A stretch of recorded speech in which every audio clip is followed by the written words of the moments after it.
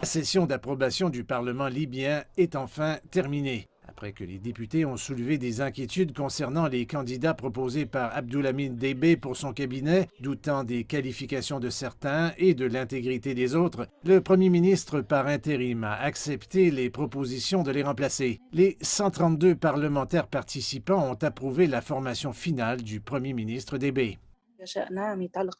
Approuver le gouvernement est une question importante pour tous les Libyens. Les Libyens attendent de voir les autorités de l'État unis et de mettre fin au gouvernement parallèle. Un gouvernement d'union nationale est essentiel pour le pays. Nous avons écouté le Premier ministre par intérim et nous avons demandé quelques changements auxquels il ne s'est pas opposé.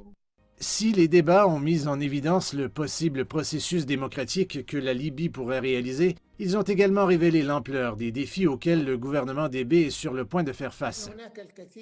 Il y a de nombreux obstacles auxquels ce gouvernement est confronté. Sa formation devrait être incluse dans une déclaration constitutionnelle afin qu'il puisse avoir une existence légale. Il y a des accusations de corruption lors de la gestion de l'ONU et l'ingérence étrangère dans ce processus demeure. La date des élections n'est pas pratique.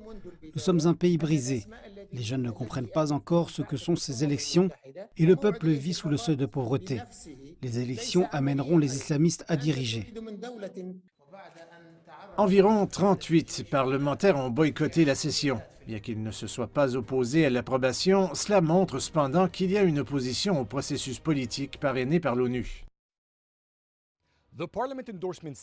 La session d'approbation du Parlement est l'un des événements politiques les plus longs et probablement les plus sains que les Libyens aient récemment vus. Cela a fait passer la bataille entre factions rivales des armes à feu à des débats à la Chambre législative. Il y a un long chemin à parcourir sur la voie politique pour mettre fin au conflit. Et plus important encore, en approuvant le gouvernement d'union nationale, cela donne un certain espoir que les Libyens pourraient à nouveau se rapprocher.